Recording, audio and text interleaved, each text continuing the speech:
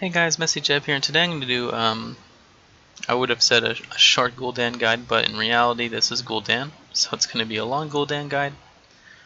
I'm going to walk you guys through every single phase as a Warlock.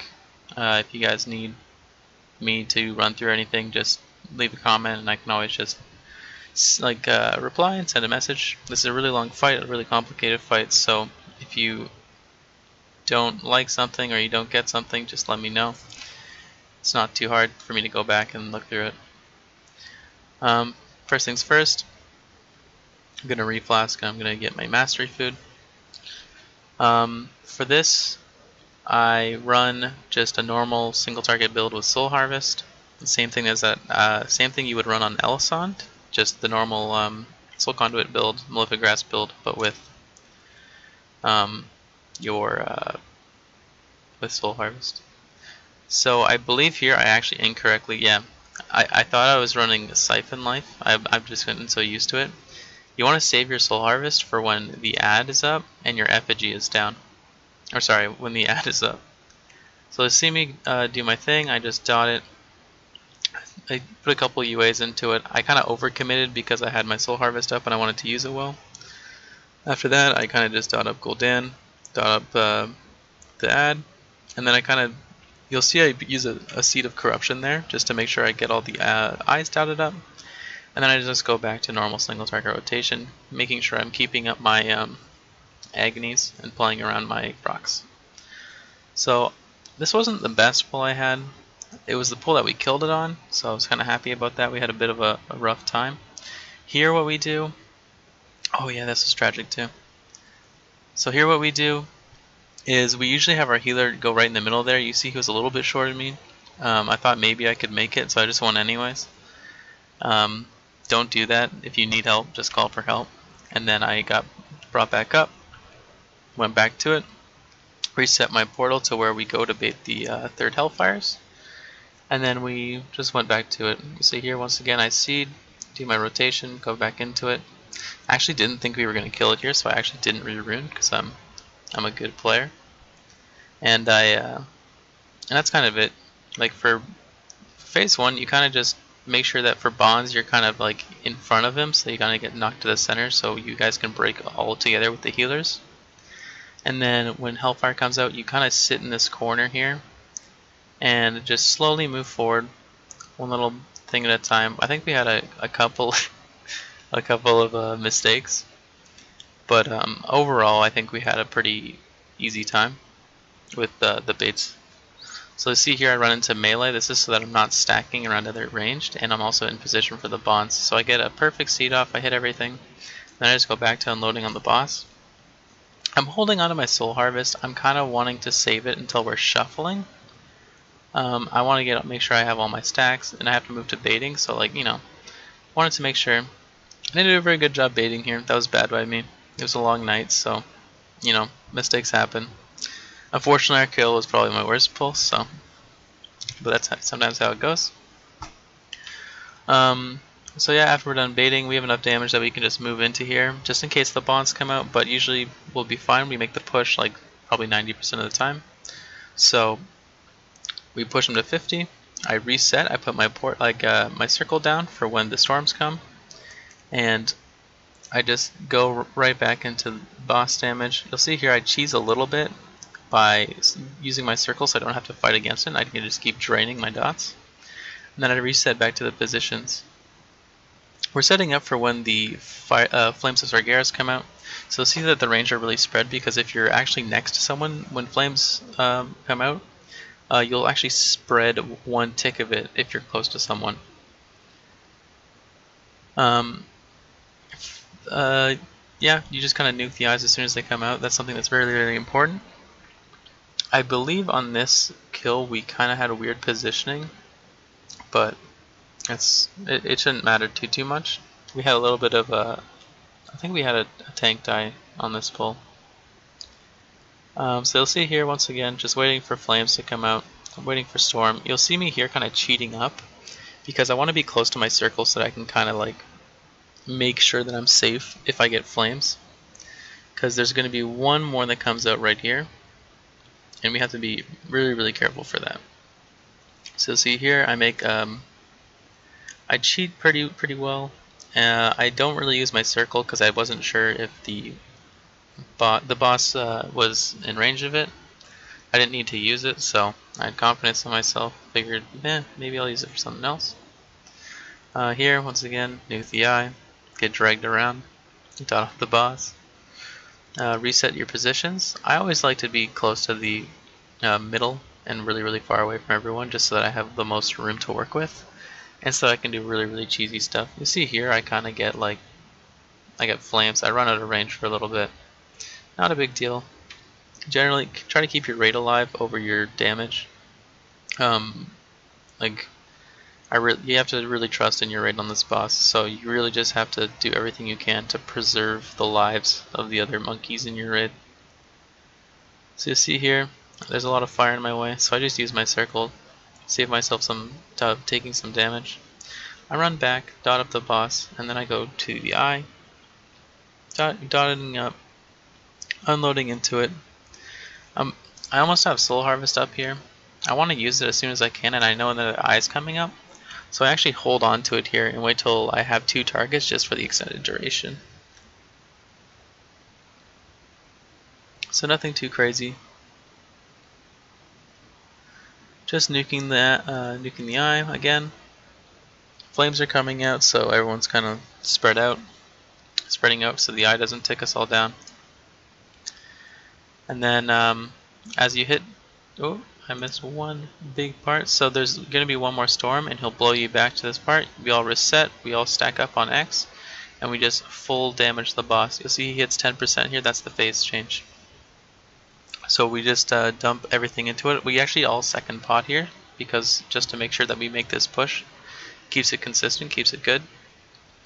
So yeah, we just kind of sit here and wait for this extremely long phase 1 and 2 to just finally be over, so we can move on to phase 3, which is a lot of fun for Warlock. I actually made sure this week that when we were doing our rekills to show the utility that Warlocks have on this fight. So first thing you'll see is I kind of run into my position. We tank the boss on yellow here. So I'll see, I would kind of wait for him to go down. I wasn't in the position I wanted to be in. And then after I dot him up, I put some UAs on him, drain it out, and yeah, nothing too crazy on this one. I make sure I dot up the parasitic shadow demons, not because it does damage, but because it gives me those Wrath of Consumption procs, and it kind of lines up in your rotation anyways. If I immediately hit a low one, I kind of go for it right away. So on the first Soul Flame of Azzinoth, we're going to pull it to the orange marker, and we're going to just nuke it down as fast as we can, and then we're going to go back onto the Demon Within. You'll see here I dot up the Night Orb for extra shards. The Night Orb kind of gets soloed by our mage because he spell steals the ad's Bulwark of Azzinoth, so he can have a easy time with it. And we kind of just sit here doing our own thing. We kind of throw dots on it now and again. I kind of just make sure that my Demon Within, or the Demon Within has it. But other than that, you kind of just chill and sit here just mindlessly going into the boss. Next set spawns, dot him up. Just once again, he'll be brought to the skull marker. We just sit here, we kill him. Not a big deal. I pop my cooldown to make sure he went down nice. And then here another Night Orb comes out. Because I have my Soul Harvest going, I kind of wait until like there's nothing else to do. So you see here, we pop it a little bit early, but I think we end up being fine. It wasn't a huge deal. We probably shouldn't have killed it as early as we did. We soaked up those orbs, healed them up, and then just ran in once we killed it. If you kill too early, you die. Kill too late, you die. So once again, another Soul Fragment comes out. We kill this one once again as soon as possible. Spell Steal goes out, and we just nuke him again while our mages do all the work. For our parasitic worms, we kind of just we had a little bit of a screw up here, but we luckily had it all pulled back. So very good response. But once again, the life of a warlock is you just sit here and you just mindlessly go ahead.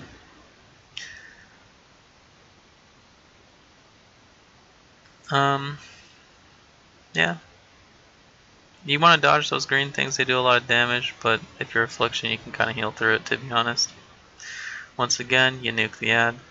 Now, this is the, I believe, the last ad that you kill.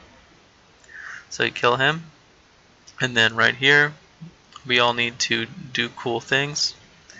We need to go soak all these orbs, and we need to kill this last night orb.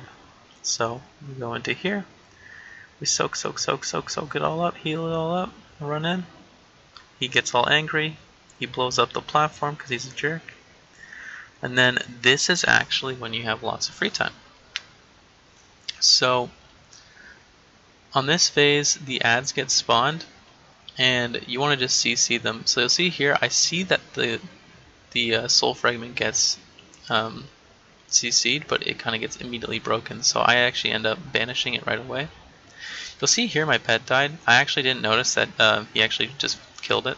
So just make sure you're resummoning your pets. Now you'll see, so basically I keep my banish so that if someone else's CC fails, I can pick it up immediately. See, this guy was in the middle of the fight. We couldn't really drag him out for whatever reason, so I just kind of sit here re-CCing it again and again. So here, I rebanish him again, no big deal. I just keep going on him, training. Now this next part is the last bit of utility you have. You actually you don't have to just banish the ad. You can actually enslave it as well, and then just, usually you'd use this mechanic if say you don't have enough mages to spell steal the bulwark. You can actually enslave the ad and then get him to cast the bulwark on you, and then go back to it. So you'll see here, instead of banishing him, because I realize I don't have a pet and we need to CC him anyways, I just throw that on him. No big deal. He's doing damage for me. It gets broken. So someone screams at me because I didn't notice, and then I just banish it again, and then boom. That's just how you do Gul'dan. Easy peasy, lemon squeezy. Unfortunately, the VODs weren't too good quality, but you know, you do what you can. This was a rekill, so it was a little bit cleaner than our first time. Wasn't great, wasn't the best. We definitely made a lot of mistakes. Watching through this again, there's all kinds of things I could have done better, but that's kind of how you improve. So you watch me roll an AP token, that's awesome. Ring the Scoured Clan, that's awesome. Spoiler, I do not get the mount. Sad boys. Thanks for watching, and like, comment, subscribe if you liked the video. If you need to know anything else about the fight, either I was vague on something, or I skipped over something, or a piece of the video wouldn't load, so we ended up missing a bit of it, just ask me. I'll let you know. I'll answer right away. If you need to know how to do the bulwark for warlocks, like say you need to enslave it and have it cast on you, I can do that. Not a big deal. It's a little bit complicated. I don't want to go too into it. But that's it for tonight. Thanks guys for watching. Hope you guys liked the video, and you can catch me on Twitch Tuesdays, Wednesdays, and Thursdays. So keep an eye out for that, and yeah, thanks.